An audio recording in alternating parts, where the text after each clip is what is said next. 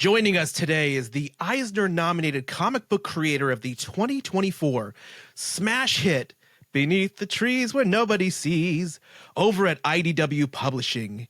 He's here today to discuss his upcoming giant-sized one-shot at Oni Press, Free for All, which delivers a brutal new vision of capitalism where in the not-so-distant future, the only thing left to fight for is yourself. It is our pleasure to welcome Patrick Horvath back onto the Oblivion Bar Podcast. Hi, thank you so much for having me back. God, nailed it. So great intro, Aaron. Great job there. Patrick, so great to have you back on the show.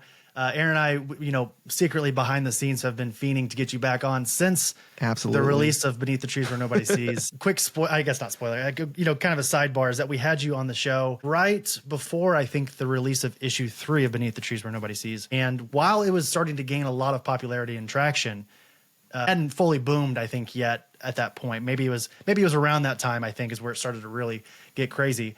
And I do want to, pick your brain on that whole scenario with Beneath the Trees Where Nobody Sees. But first things first, I want to ask you, Patrick, you're based out of Los Angeles, if I'm not mistaken. How have things been since, the wildfires in January? It has been, it's been a lot better than the first, basically all of January. I believe that the fires kicked off around January 7, and it was pretty gnarly for a couple of weeks for sure.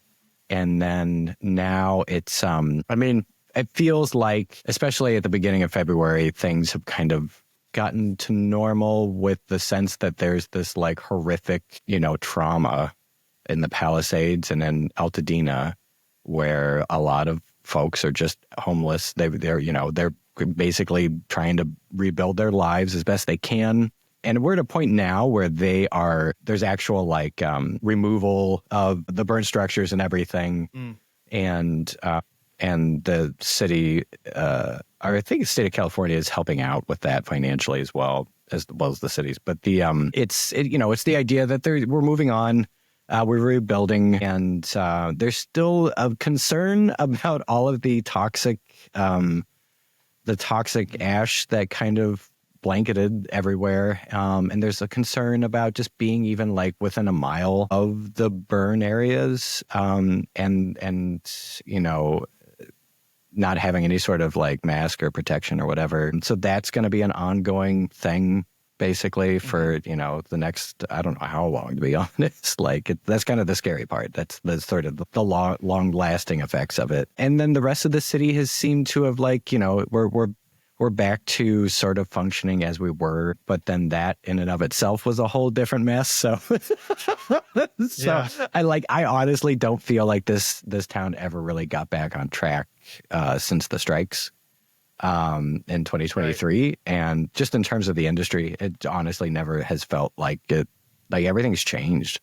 It's strange to be here. I've been here since 2006, so I've definitely seen a lot of different sort of evolutions just in that time of the town and how much streaming has changed everything and stuff like that. So this and COVID obviously. And so those, wow, sort of wild evolutions have kind of made a mark on the town here. But then it feels like the wildfires are like the latest. Right. But just an impactful kind of environment, like everything that kind of occurs in the world in that industry affects you in that area specifically.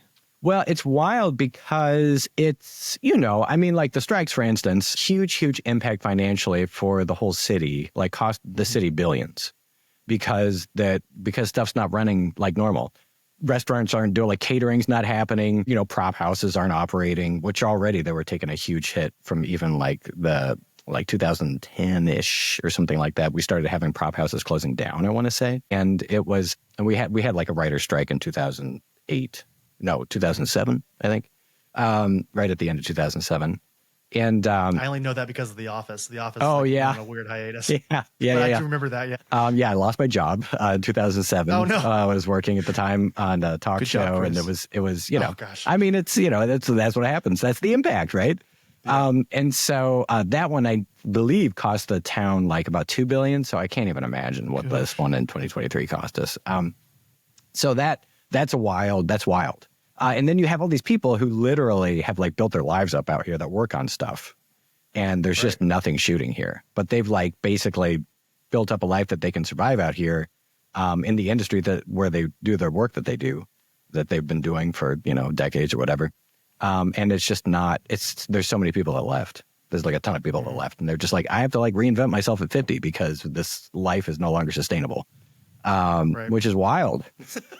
So it's just kind of like, it's weirdly, I feel, and I myself, like a little more background people don't know, like I worked in film and then I also, working in comics has been a completely like, kind of like a big left turn for me.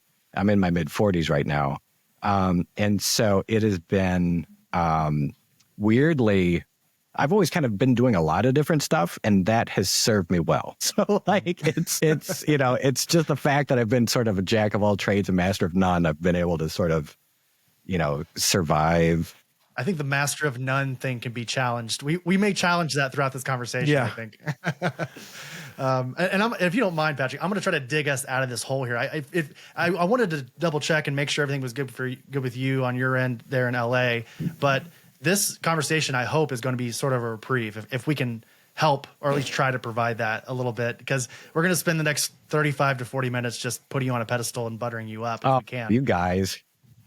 If we may, and the last time we talked, as I said earlier, was around the initial release of Beneath the Trees Where Nobody Sees. And what proceeded to happen since that release has been this insane year. 2024 was this insane year for you, I think. Agreed, to see it from the outside as a fan, it was just wild to see this instant success. Yeah, it's great to see. It was insane to see this, again, mega success. You garnered yourself an Eisner nomination for Best New Series last year. And it's gotten a ton of commercial and critical success. So it's sort of a big question here for you, Patrick, but how have you been adjusting internally to like the uptick in success and attention?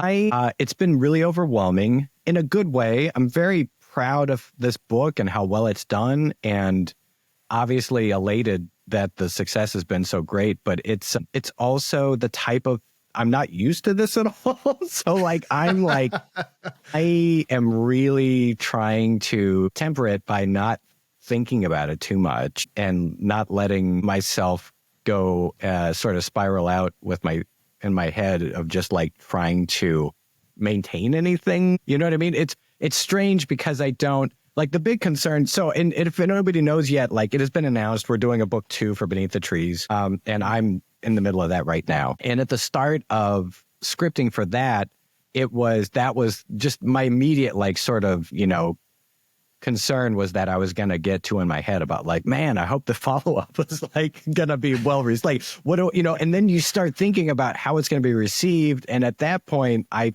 feel like you're in trouble. And so I, sort of pumped the brakes and then just kind of took a look at the story itself and what it needed to be versus like, if there's anything I should lean on from the first book. You know what I mean? That did work or whatever. I mean, just to take a step back, the stuff that I was the most surprised about was the stranger elements that I put into the story that I personally didn't think were going to resonate with readers necessarily, but I put them in because I never thought I'd have another chance. I was like, well, if this is a book that I make, like, let me make it as much me as I can. Let me put the weirder stuff in. I can get in there. And if they want to push back, like if editorial wants to push back, then I'll let them make a case for it. But I'm just going full steam ahead to see what I can get in here. I felt was necessary, but I felt like, I mean, some of it's strange. So the fact that it was well received, it was just like blew me away. And then I guess that was my sort of North Star in terms of going forward, right? That it was like, well, if I guess it's just whatever the weird thing that's talking to me in my head, like I should be following that. And, say the weird thing. And then, let it get weird. Yeah. And I guess, and then just let it, maybe I am going to fall on my face, but at least I was just being myself. Yeah, you're genuine. Can you give us some of those weird things? Can you give us a couple? Oh, for sure. The 2 biggest ones for myself were issue 3, follows Melody the Butcher, and then her sort of secret life that she's been, this interior life of grief that she's been dealing with, and her deceased husband and how she deals with that specifically. And then also issue 5, where it's Samantha kind of having like the the Dark Night of the Soul issue where she's wrestling with a lot of, I guess like literal internal demons, so to speak. So like those were like, I remember writing issues. So issue 5 is like almost all of it's in the second person with the narration, which I didn't even know I was going to do until I started writing it. I was like, I guess it's in the second person. Like, we'll see how this goes. And so I just kind of rolled with it. And it, again, like that was definitely like one of those, like, I don't think I should do this, but I guess I'm gonna. And because it felt necessary as I was doing it. And then I just waited to hear what editorial had to say about it. And Maggie Howell is my lead editor. And again, like they were great. IDW is wonderful. They didn't push back on anything. They just made stuff better. All the notes were better. Which is IDW, where weird happens. It was a dream. It was a total dream in terms of I got so lucky with just like how the book was received over there and everything. So they didn't have a problem with it, so I just kept going with it. And yeah, but those for sure were the two weirdest that I was like, I don't know how readers are going to react to this, especially after the first issue came out. And then I was like, well, they're going to get to 3 and be like, what the hell is this? And then 5, and I was like, 5's going to be, I don't know what they're going to make a 5, but we'll just whatever. Because also like 5 isn't even necessarily like, it's kind of like a grisly whodunit is the setup. And 5 isn't that at all. Like it's more of like she's haunted by sort of her past in a way. And then she's having this struggle with herself. And like, there's no like murder necessarily. Well, there's a definite like a fight to the death, I guess, that happens in it. But I mean, like the sort of strangeness and everything. I don't know. But yeah, as far as I know, like a lot of people were really into it, felt it was as compelling as the other issues and stuff like that. So, and some of it, I mean, to be honest, too, like those are the moments as a creator that I was so excited to put in because they're not necessarily like they're not as easily digestible. And so they tend to be things that the reader will take with them beyond the book and might have like spinning around their head. And those are honestly some of my favorite elements to put into my work. Like just those moments that you'll carry with you.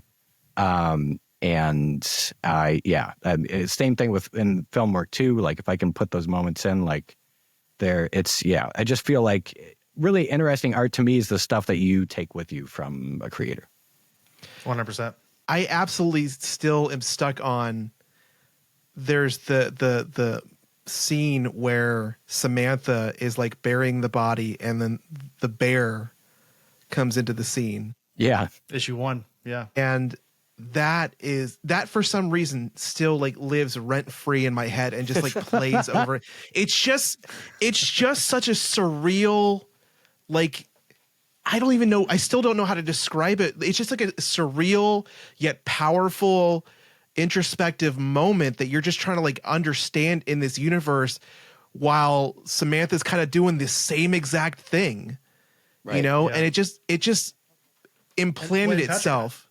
I don't know if you've ever described what that means, and I don't. Here's the thing: I want that to be like your rosebud. I don't want you to explain it. I want that to just live rent free in all of our heads forever, and then we just sort of speculate on it forever. Like that would be my hope, unless you've already talked about it, in which none of this matters. But I kind of hope that it is sort of a secret. I've definitely discussed. I mean, I've discussed like my inspiration for it.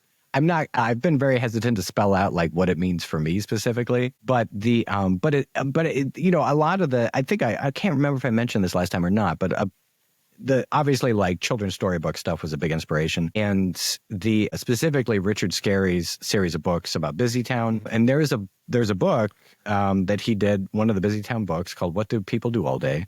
And on the cover of that it shows a bunch of stuff. And one of the segments is a little series of shops. And one of the shops is a butcher shop with a pig that's the butcher. And they have like sausage links and like the window. And you're just like, this is so like twisted. Like, I mean, obviously it was very tongue in cheek, but at the same time, like a lot of children wouldn't think twice about it, I would imagine. Yeah. But it seems so insidious to put it in a children's book. And then that honestly was like the big inspiration for Melody the cat, the butcher. Like, there's got to be a butcher. And then also there was obviously an existence of some sort of food animal in the Busytown universe. And then I was like, and then you also see like pets, like they have like dogs and stuff that they're walking, right, or cats or whatever. Yeah. And so I was like, well, there's like, it's like Pluto and Goofy or whatever. We've got like the two types of animals. Like, let's definitely do that. And I honestly just because of those two things, that's why I wanted to have regular animals. And then the more I thought about it, I was like, oh, well, like, we should have like nobody hip to what Samantha's been doing except for like the animals, the actual animals. And they see the truth of Samantha in some way, right? They're at least on the very base level, they literally are aware of what like Samantha's doing. Even if they don't, they're just animals. But I mean, like, even if they can't articulate yeah. But they're like witness to it in their own animal way. And I was like, that's interesting. And then that was my starting place with that stuff. There's also the element of like your animalistic side is looking at you as you're performing. Yep. I mean, yeah. The fact that, I was very specific. I was like, it has got to be a bear that's looking at Samantha, and it's got, and then the more, and I didn't even know where I was going to go with it yet as I was writing issue 1, but like, obviously, like it sort of bloomed into a larger thing. But that was very, it was just kind of it was a funny, weird thread to follow. And it really, I was really happy with how it paid off. It paid off for me. So, yeah. You've already kind of mentioned this in the conversation so far. You said that, IDW did announce the sequel to Beneath the Trees called Rite of Spring. So it's part of their new horror imprint, IDW Dark. So far, the only detail teased about the sequel is that we are jumping 8 years in the future, placing Samantha in the 1990s. We're not going to try and mine you for insider information, but is there anything significant about this next story being set in the 90s that you can kind of give us a teaser? Yeah, for sure. Like, I definitely am leaning into the context of the 90s, which is very similar to like the US of the 90s. And it takes place in the US, but it's like slightly different. If you really want to go deep in it, like if you look at the calendar in the first book, it's off from our calendar by a couple of days. Like, it doesn't match up by a couple of days. You know what I mean?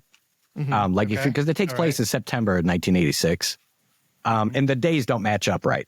Like, and so I made it slightly askewed so that there were animal people and you could play, there's no town called Woodbrook in Vermont. There's no city that looks like New York that's nearby. You know what I mean? And so, so in regards to that, I kind of wanted to keep it loose, but at the same time, I do want to have like those cultural moments that we were going through in the 90s. And like, then this was set in the 80s, obviously. So I was like, I wanted to have a big time jump. And then as I thought about it, I was like, well, it's set in the 90s. What would that mean? So if it's like 1994, like globalization is starting to happen.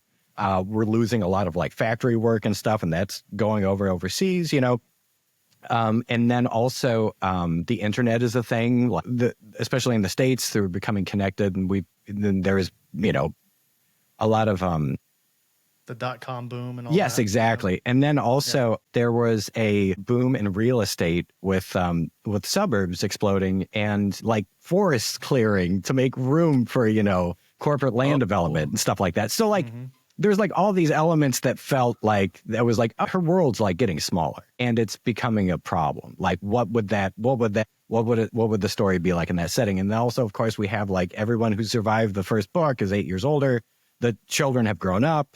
Like definitely, it just felt like it was really rich to make that jump. And then also have something for folks that, are aware of it, could kind of sink their teeth into in terms of like what the 1990s in the US was like. Nostalgia. Yep. A little bit of that, and also I made it, and it's not to say like it's nostalgia, but then also it's something that I still feel like is a direct line to where we're at right now. And we're still dealing with the fallout of like, the 80s, to be honest, but like but I mean, anyway.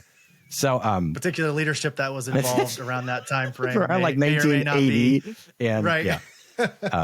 Well, this might be kind of a big question. I'm just curious, based on what you just said there, that with the 90s and sort of the reflection of the 80s, and then now we're into the 90s. You said that her world is getting smaller. Gosh, I wanted to come up with a more romantic way to say this, but it feels like this world is just rich of different interpretations of where you can take it. Do you feel that way? Do you feel like you could continue to work on Beneath the Trees for as long as people want it, or do you feel like Rite to Spring is sort of the next thing you want to talk about, right? Like, are you just sort of planning up to Rite to Spring, or is there much more do you feel that you could potentially go to? I could definitely do more. I am of two minds, which was the same way I approached the first book, which is to say, like, I hope I get to do more.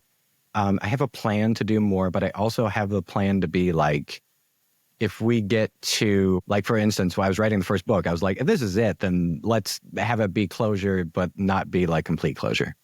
And so that's the same way I'm approaching the second book. But yes, there's so much more that could be done with it. Even just after writing the first couple of issues of that first book, I was just like, well, there's obviously like, man, I could do a lot. Like, there's like so much more we could be doing.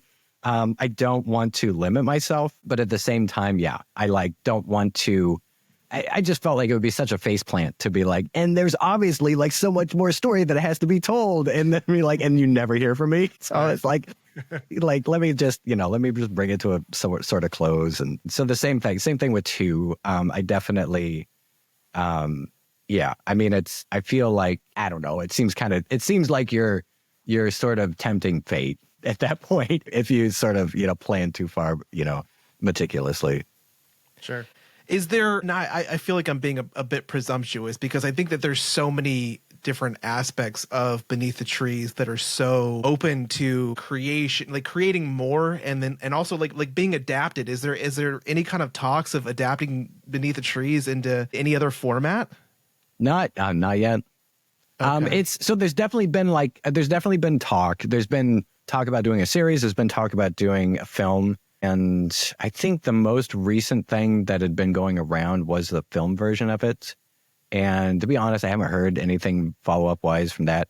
The deal I have with IDW is like, I mean, they're heading all that up. I do. I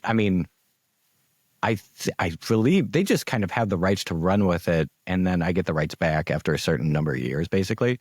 That's kind of how it's just a rights reversion deal that I have. But I mean, there's interest, but it's, as far as I understand it, like it's weird, I guess. And for those execs that would be the people calling the shots, I guess it would be weird for them. I completely appreciate that. To me, I feel like it would do really well as a thing. But at the same time, I'm also very not precious about it. And if it's like, for instance, if it does happen and it's not really the version of the thing that I would want it to be, I have the book already and it was exactly like I wanted it to be. And so anything else is sort of just, icing on the cake. Or if it's weird and not really that well done, then it's like, well, it's, was that thing. I made it as a comic and it should be read as a comic type of, what I mean? It's fine. I have no drive to try and do something with it myself. Like, I wouldn't want to. I do want to be involved if I can be, because I would like to help offer guidance as like a supervisor, producer, or even writing. I would write the scripts. You obviously have experience in that realm already, so exactly. That's kind of like what I was kind of getting at, because I know you have experience in the industry. I definitely don't want the pressure of like trying to like make it successful, because there's so many other moving pieces. Just do it like the book. I already did it. There's so many different moving pieces once you get into whatever. There's all these other, if it's animated, then it's going to be animated, animators working with it. I don't know if it's going to be a 3D or if it's going to be just a 2D thing, or it's going to be stop motion or what. And what would you think would be the most, like, if you could choose, what would be the format? Movie, TV, animated? I think a series would be good. I would totally just do it like as a 6-episode series and then do it stop motion. And that's the way I would do it. Oh, yeah. Just so that it felt really tactile. And because I feel like that's really important to the vibe of it. Yeah. I was sort of viewing like, the old PBS cartoons like Arthur and Franklin. Like I was thinking like those, maybe that kind of vibe, but obviously you're the expert in it. I don't have any real say in it. I mean, like, again, though, not precious. It could totally be all that stuff. I mean, let's go Japanimation. Yeah. Right? Yeah. Hey, listen, I feel like all the anime kids would love this. Yes, absolutely. I think, like, to speak on this, and I want to get in, this is sort of my loose transition into Free for All. I think both of these could very easily be adapted into like an adult animation style, right? And again, this being my segue into that next topic here, Free for All, which is your new giant size one shot over at Oni Press, hits shelves on March 20th, and it'll actually be coming out the week that this episode is coming out. And this tells the story of a world at peace. Housing, food, education, healthcare, all the basic requirements for living are now provided by the World Finance League. Ludicrous. And is being funded. What's that? Is it ludicrous? What kind of world is that? World beyond worlds, impossible things are happening over here. And it's all funded by a lottery. And this lottery has the wealthiest citizens in the world being picked randomly and given a choice to either donate half their funds and their assets to the greater good. When I hear the greater good, I think of the greater good. What's up, Aaron? What is that? Oh, Hot Fuzz. Hot Fuzz. There it is. Yeah. The greater good. For the greater good. For the greater good. So the greater good of the world, or they will fight to the death to keep it all. So among these trillionaire, billionaire gladiators, there are two former lovers square off in this global arena to settle their differences once and for all. Now, Patrick, saying all that, this is a two-part question that I have for you here. Sure. Was there a particular moment in history that sort of prompted this idea? And then part two of that question is, can we make this a real thing like tomorrow? Like, can we make it a real thing?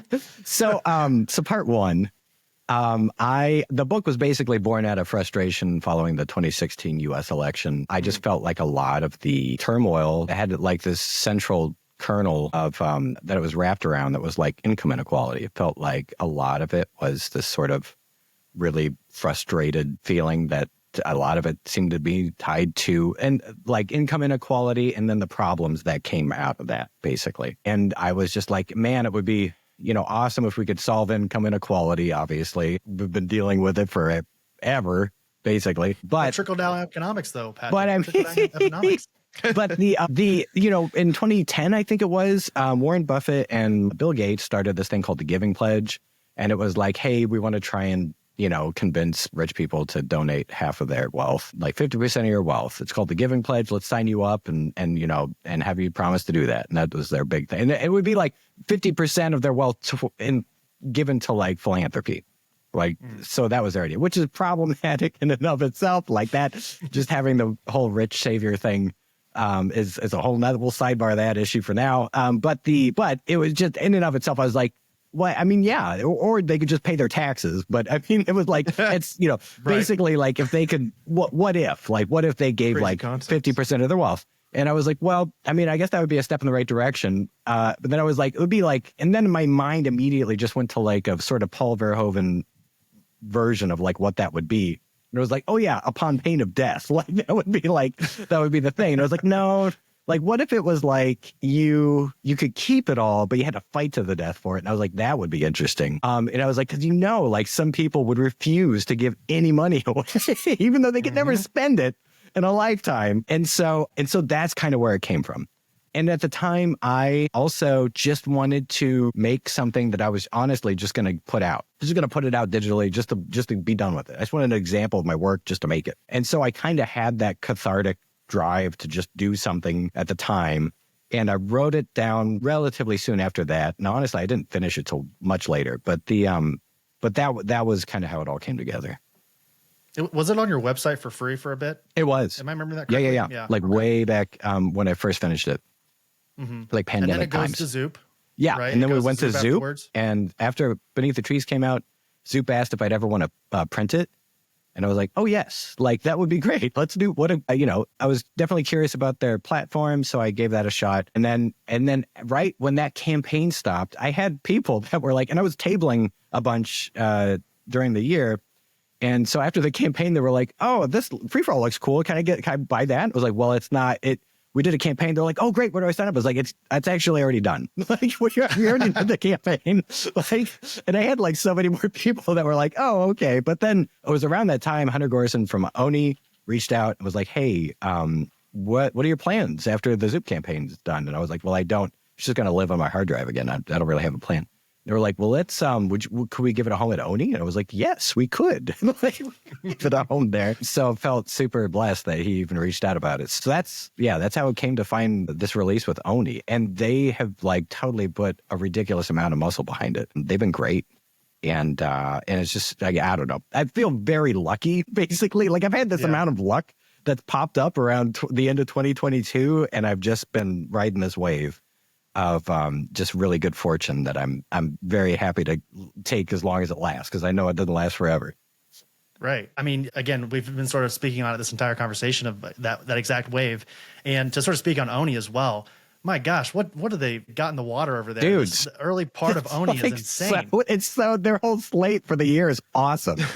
Yeah. And it's been, again, just very good fortune on my end to be included in that somehow.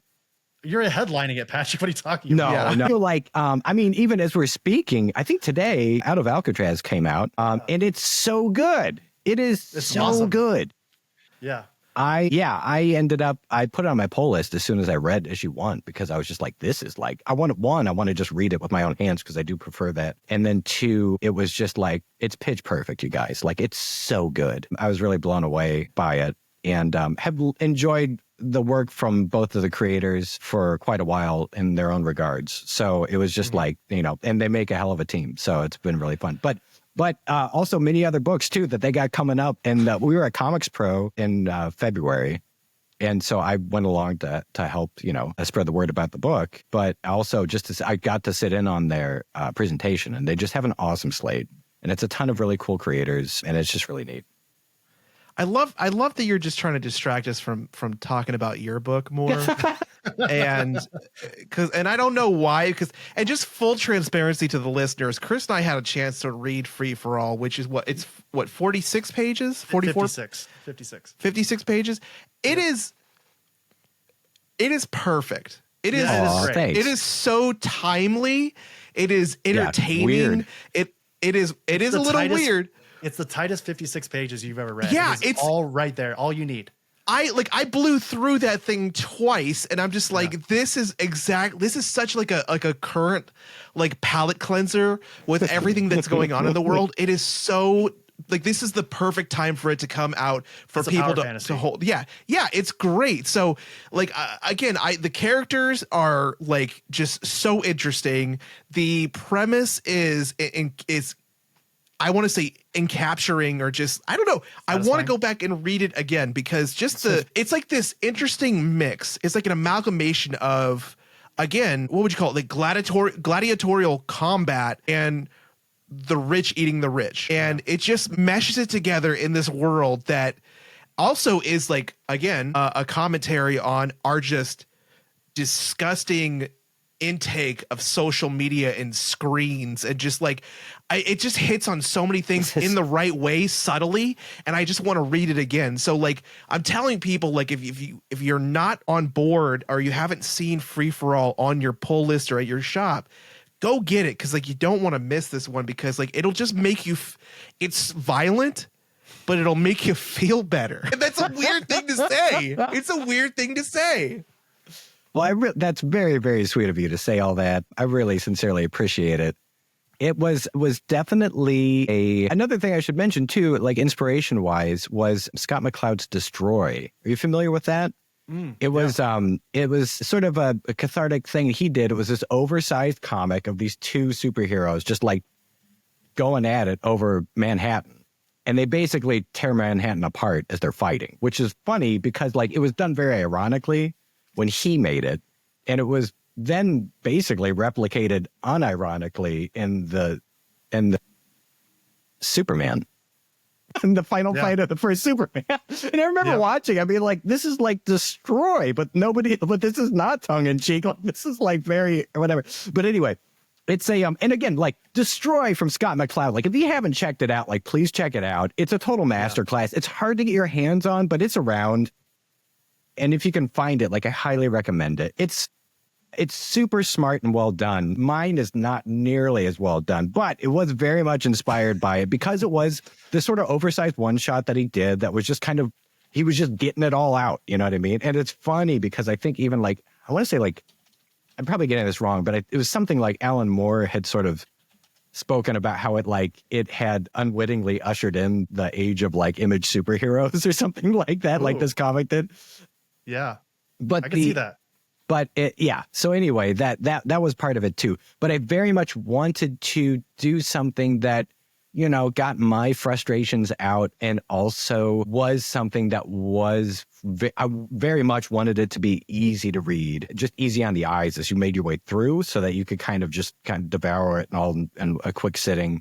But to have, I'm really glad to hear that you're revisiting it, because that was the other hope, is that it would be like a multiple reader, which is what I was kind of aiming for.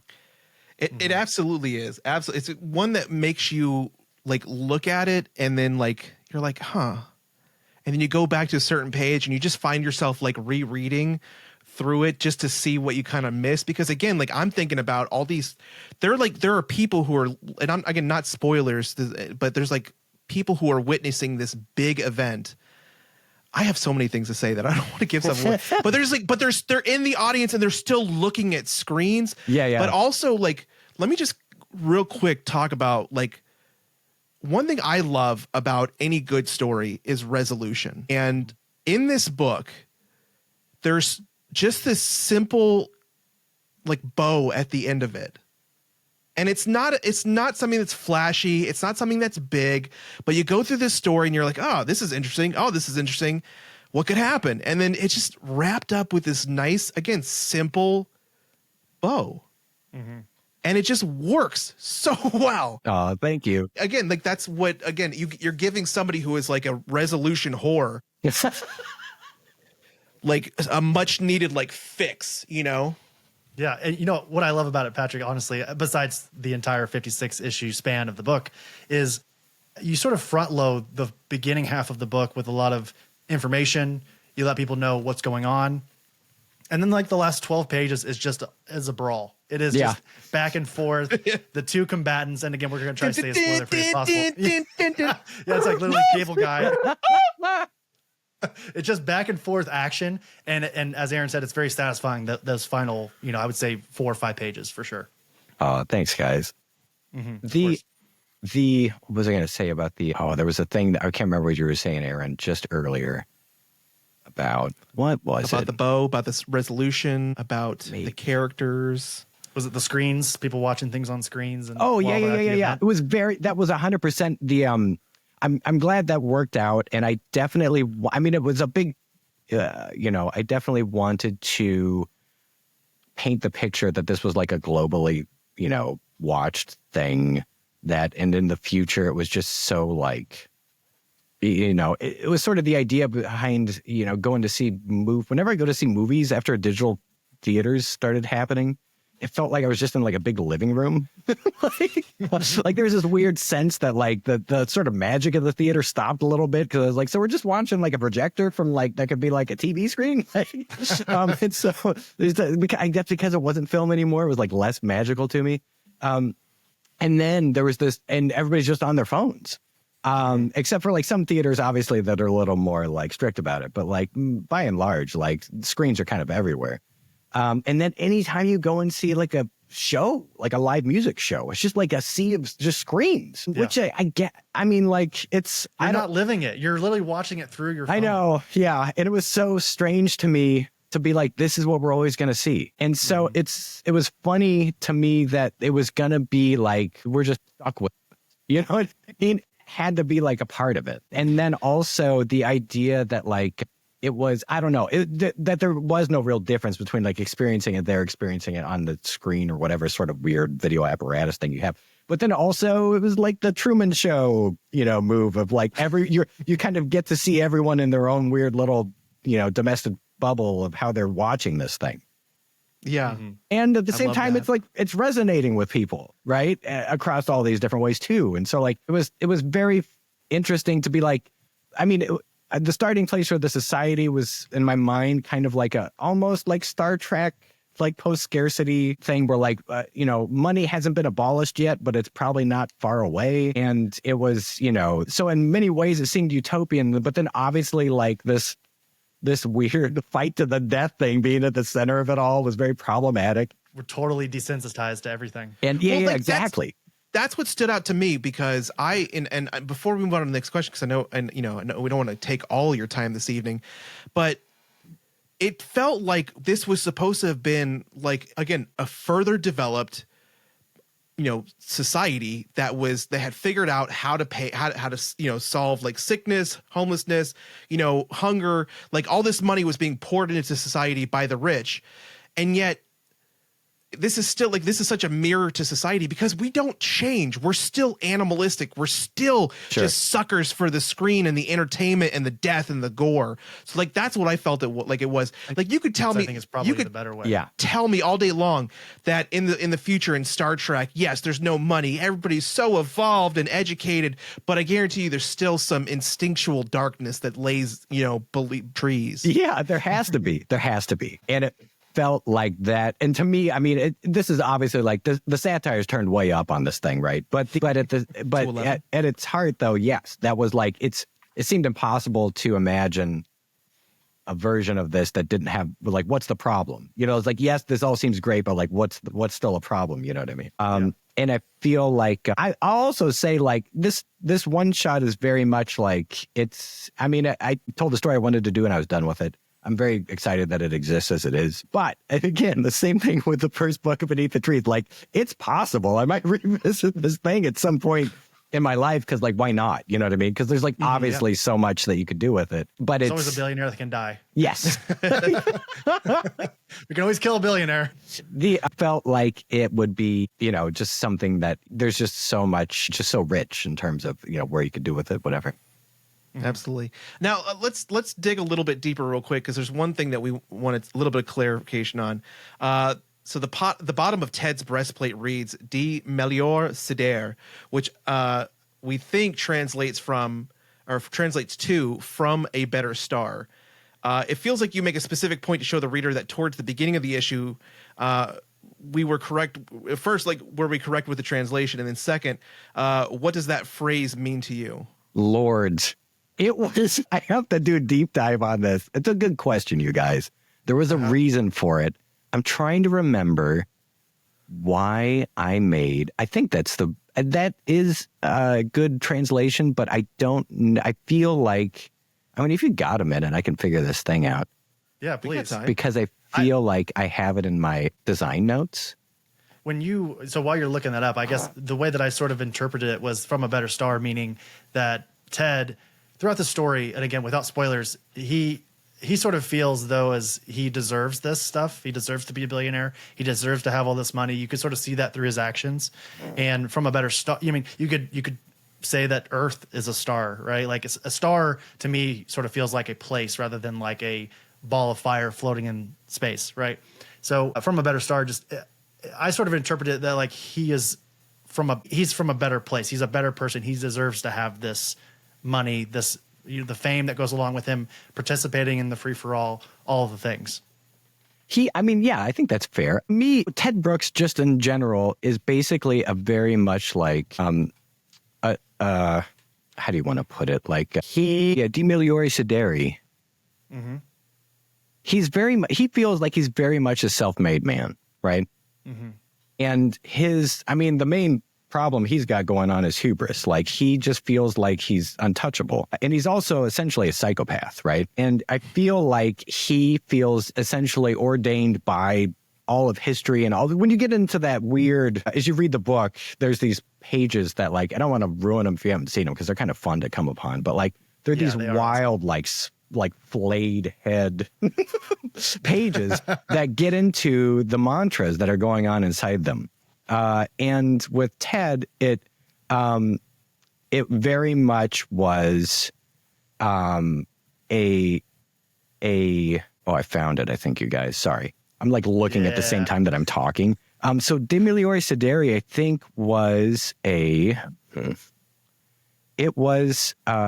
had to do with like kings and the Pope. And the main reason why we asked was because it feels like there's a couple panels where it is so prominently shown that you were trying to show it to and as we've talked about, like through Beneath the Trees, we were talking about the calendar.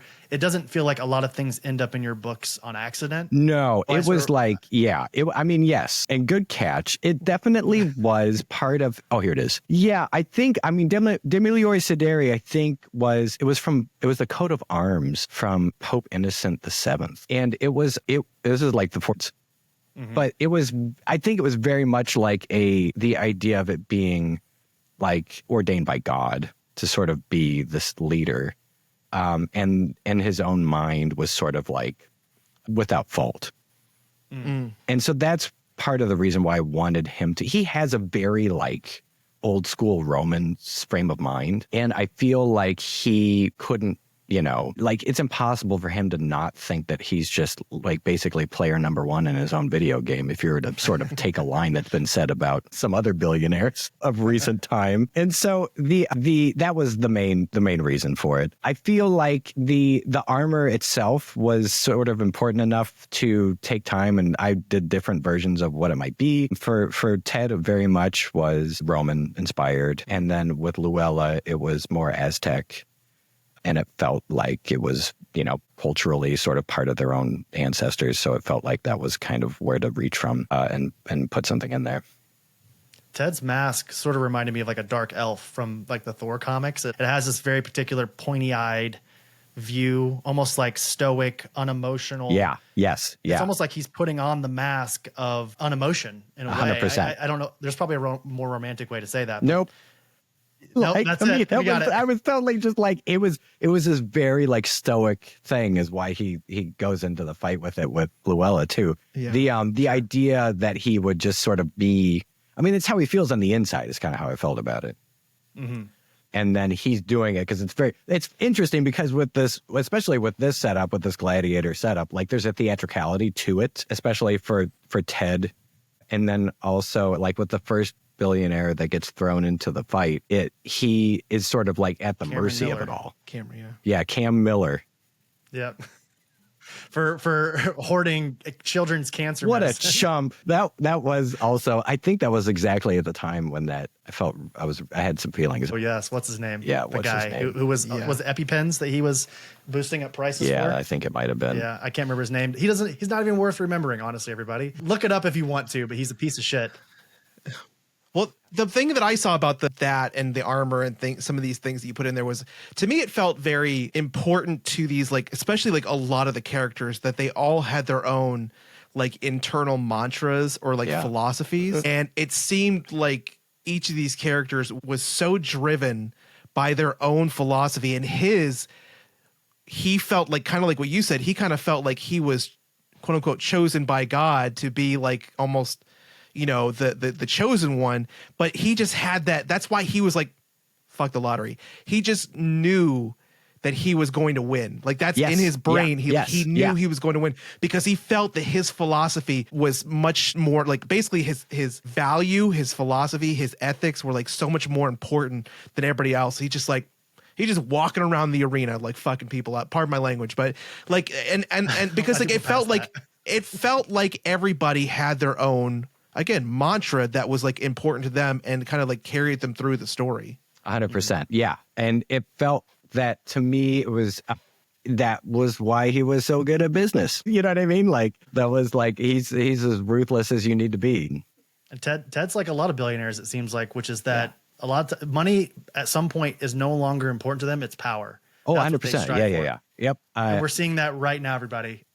I mean, just turn on the local news. Feel like, it's interesting. I mean, speaking of it, and again, we mentioned this a couple of times already. And so I obviously made this a while back. Like the inception of it was definitely like a while ago. And it couldn't have been, it's like even more prescient. Like I'd even like had thought of it at the time. Oof. Like to How like is this more relevant now? The nth degree. Like it's nuts. The richest person in the world is literally like firing people and destroying Did Patrick stuff. Horvath just tell the future? And so I mean, we shall see. But the thing that's wild about it to me as well is just that I just read this. I don't know if you've read this yet, but there's the book Careless People that just came out from Sarah Wynne Williams, who was a former foreign policy person for Meta. Oh no! But before they were Meta, like when they were just Facebook, and then she came on around 2010 and just literally just came out like last week. It's a tell-all memoir about. Is she the one that was doing the ghostwriting for a lot of the Republicans? No. Am I thinking of the right person? Okay. No, sorry. I think this is somebody else. She's New Zealand. She's from New Zealand. Anyway, so she kind of just has like, you know, a ringside view of like where she was just in it, you know, basically while they kind of came to power, like Facebook came to power.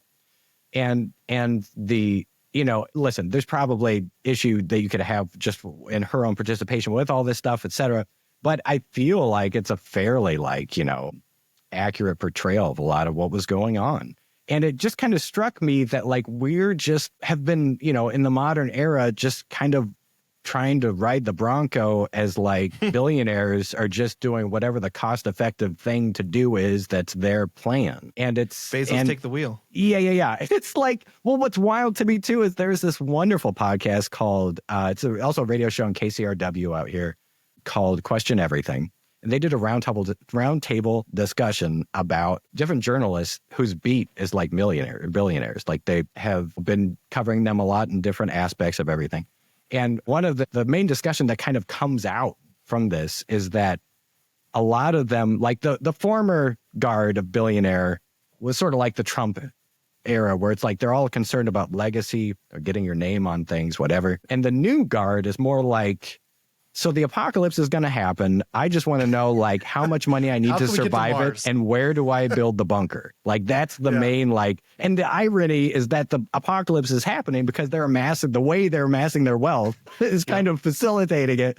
Putting us on a streamline towards it. Yeah. So like, I don't know. It's so wild to me to find ourselves in these times where we're just like, it's just crazy. It's like every day something new, and it just seems to be going faster and faster. And I feel like something's got to give at some point.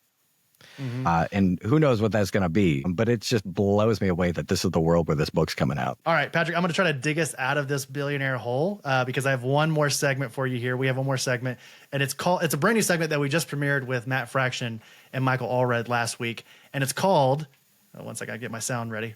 It's called Hey Kids, It's True or False Time. All right. Now, the name is pending. Okay. It's not a great name, but we're workshopping it currently and we'll come up with something better. But the name of the game here, Patrick, is that it's a speed round of 10 true or false questions. Okay. And there are only two rules. The two rules are you have to answer as quickly as possible, and you can only answer true or false. All right.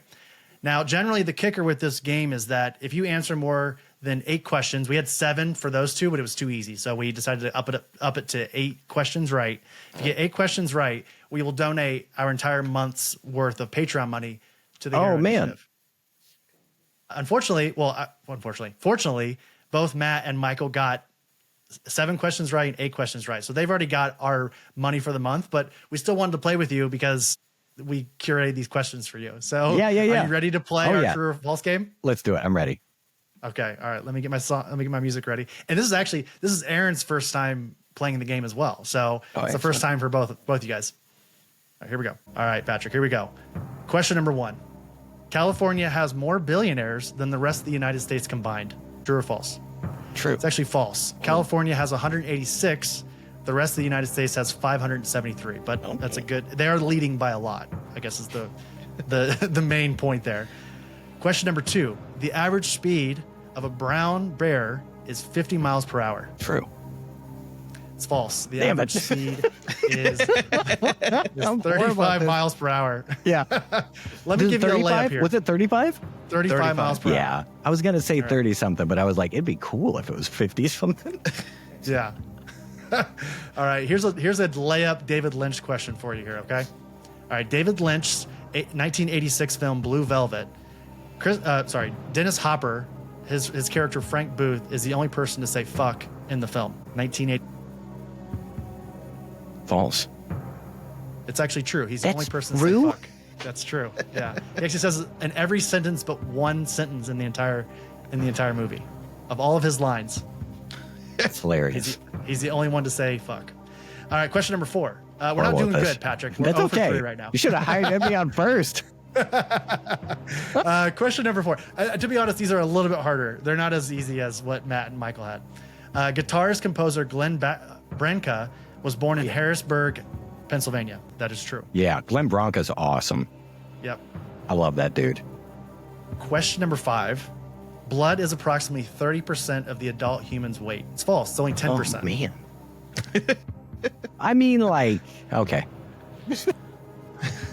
All right. Here's question number 6. The first Universal monster to get his own film, or to get their own film, is Dr. Jekyll and Mr. Hyde. True.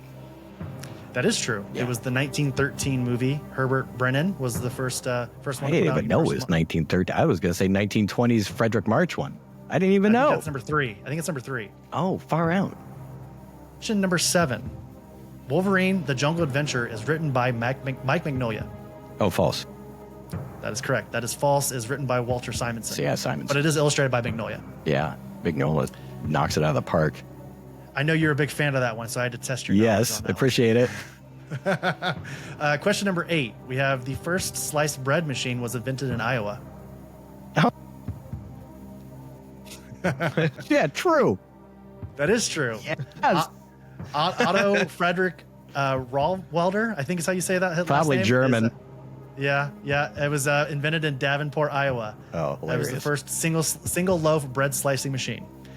Question number 9. The 2011 film Drive features Ryan Gosling, Ron Perlman, and Christina Hendricks. True. That is true. All 3 star in the film.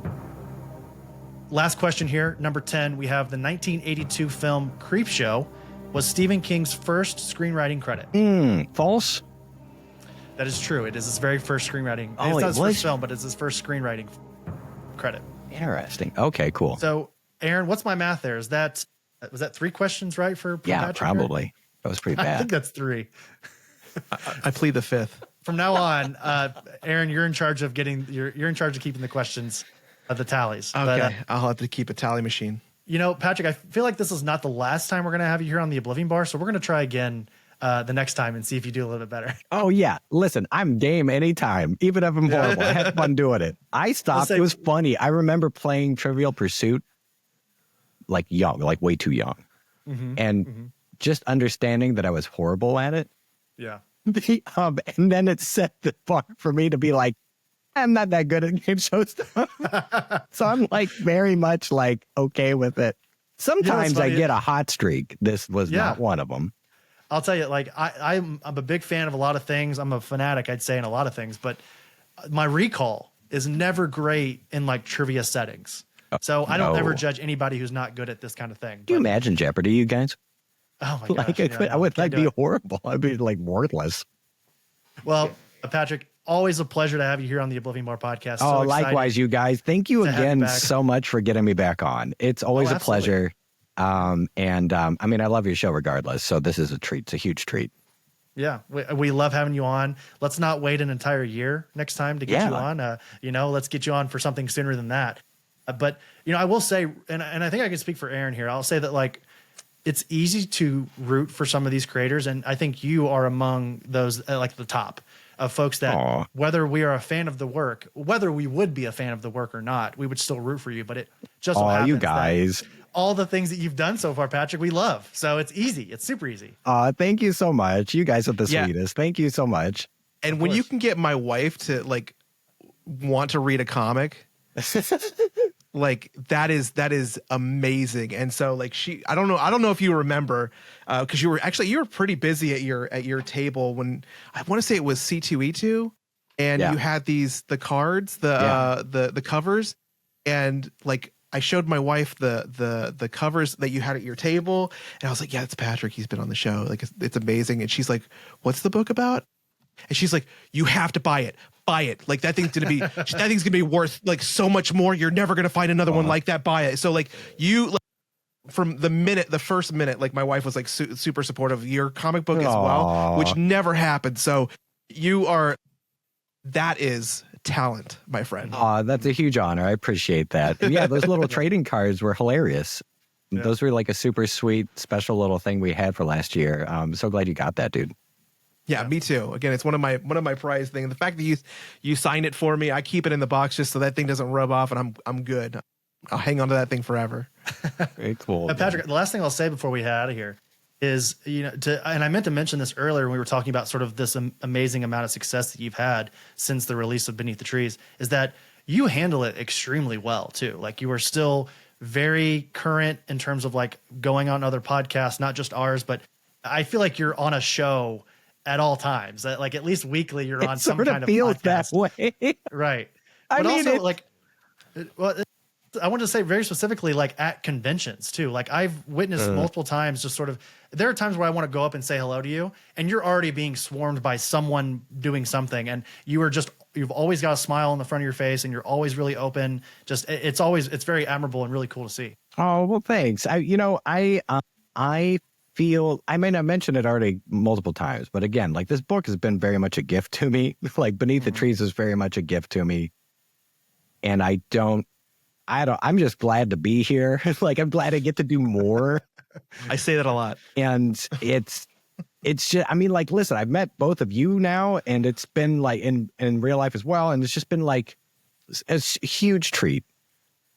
And I don't know. I mean, I think I mentioned this before too, but like I've done this for just a couple of years now in terms of actually like being with a publisher, etc. But it's like the first time maybe ever that I've really felt like I'm doing what I should be doing. So it's just like, yeah, I don't know. Like I might disappear at some point. Nobody cares about anything else I do, whatever. I'm totally prepared for that to happen at some point. But like, I'm so happy to be here right now. Well, if we need to look for you, we'll look at we'll suspect the bear first. Yes. Yeah. Yep. Yeah. Well, Patrick, before we let you go, how can folks how can they follow your career? Is there anything cool that you have upcoming outside of the sequel to Beneath the Trees? Well, at the moment, yeah, that's the thing I'm working on right now is the follow-up to Beneath the Trees. So I'm working on Rite of Spring, and I'm pretty much going to be like neck deep in that for most of the year, probably.